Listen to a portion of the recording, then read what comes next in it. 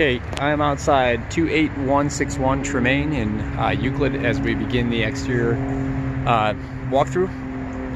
As I'm sure you're aware, all utilities are currently off as the home is being sold as is, so that did limit somewhat of the items I could inspect.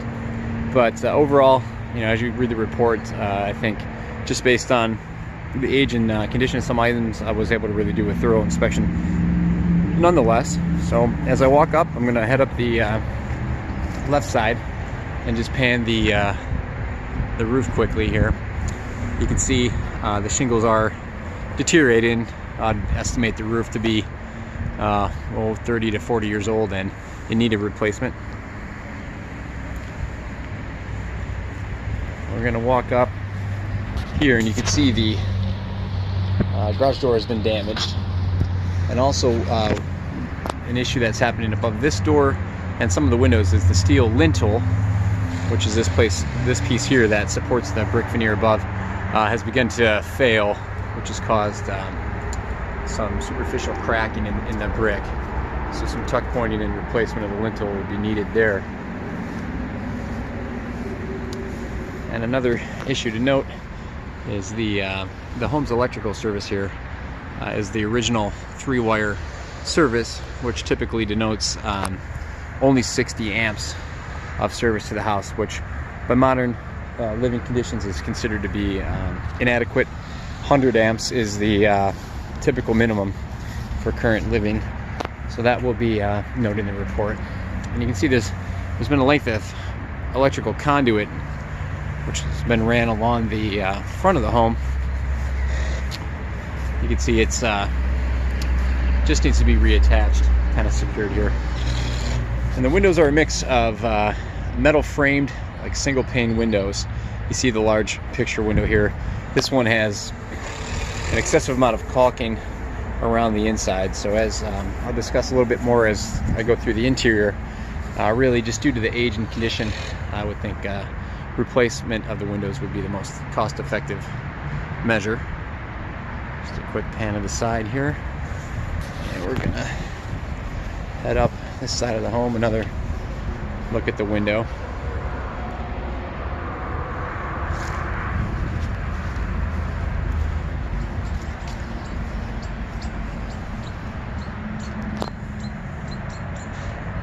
And just a quick shot of the back of the property.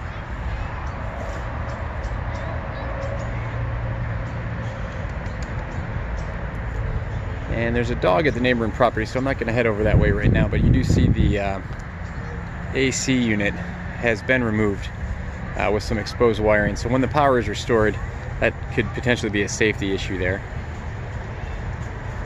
And really the only thing to note at the exterior back here is the brick settlement, which you'll see pictures of in the report.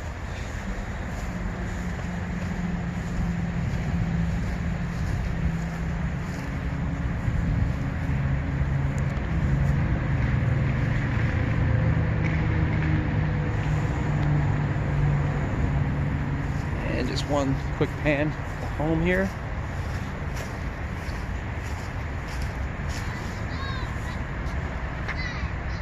And from here, we're gonna head inside. Okay, so I'm just inside the front door of the home. And as I pan the living room here, you'll see there's still a number of furniture and storage items that have been left over. I understand this is an estate sale.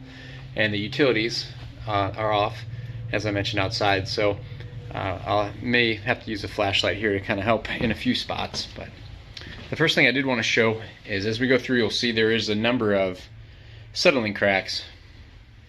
Now, these do relate to movement of the building over time. The home is a slab on grade construction, which means there's no basement or crawl space. And the soil in this area of Euclid is heavy clay, which is known to be expansive.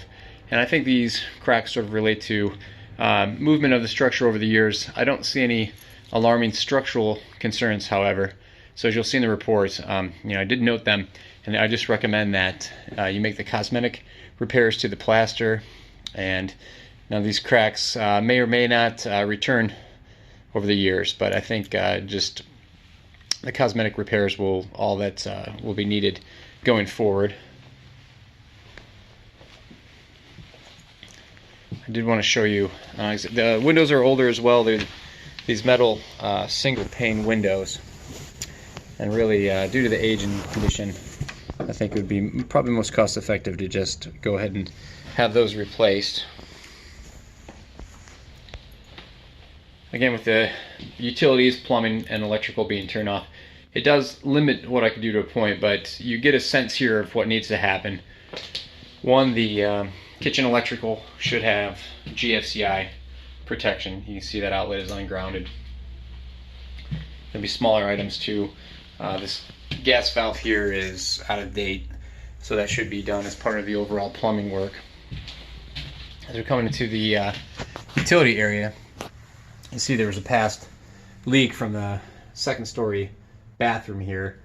So without being able to run the plumbing, I'm not sure if that leak is active or not. But the visible sections of plumbing here seems like it would be something that could be easily corrected. And again, spanning around here, you can see the furnace is from 1991. It's aged, and there's a good deal of corrosion on the burner assembly there. So again, this looks like the mechanicals. The most cost-effective thing here would be to replace those as well. And there is an attached garage where the main electrical panel is located. So we'll come over here, and you can see here's a look at the original knob and tube wiring. I don't see any reason to remove that wiring, but obviously right off the bat you can see some issues with the panel here, with exposed wiring, improper knockouts here, and then another wire over here on the side. So you'll see that recommendations will be detailed in the electrical section of the report. Again, you can kind of see the settling cracks which have formed.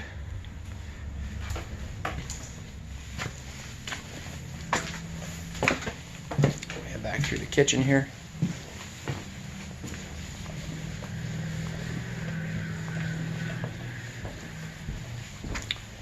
Gonna head up to the second level. You can see the handrail's been removed.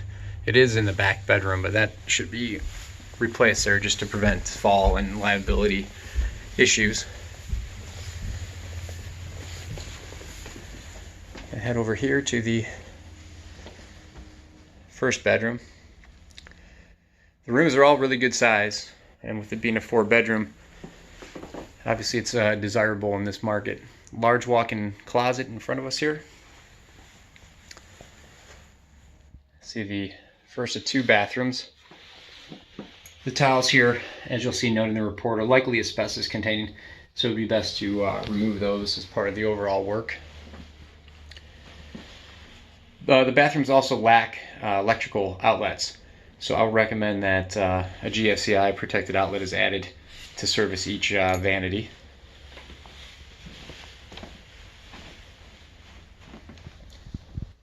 And again, here you see there's no electrical outlet. And here's the source of our leak.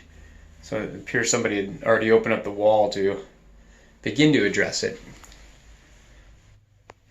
So without being able to run the plumbing, like I said, it's hard to know, but it seems like something that can be easily corrected. Back bedroom here.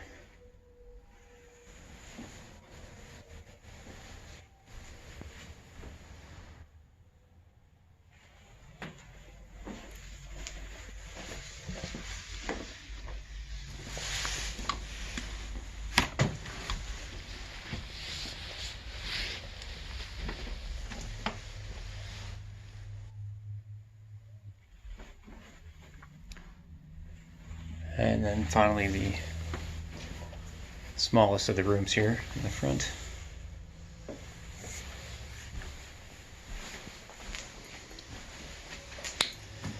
With noting the knob and tube wiring at the electrical panel in the garage, you see there are the proper outlets, but some are 3-prong as well. So I would recommend, just due to the age and condition of the outlets, that they be upgraded.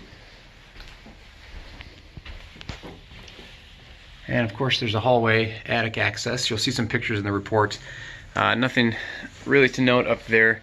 There is minimal insulation, so if that's a concern, depending on who's going to be paying the utilities and how that works, it might be more cost effective to add some extra fiberglass insulation up there.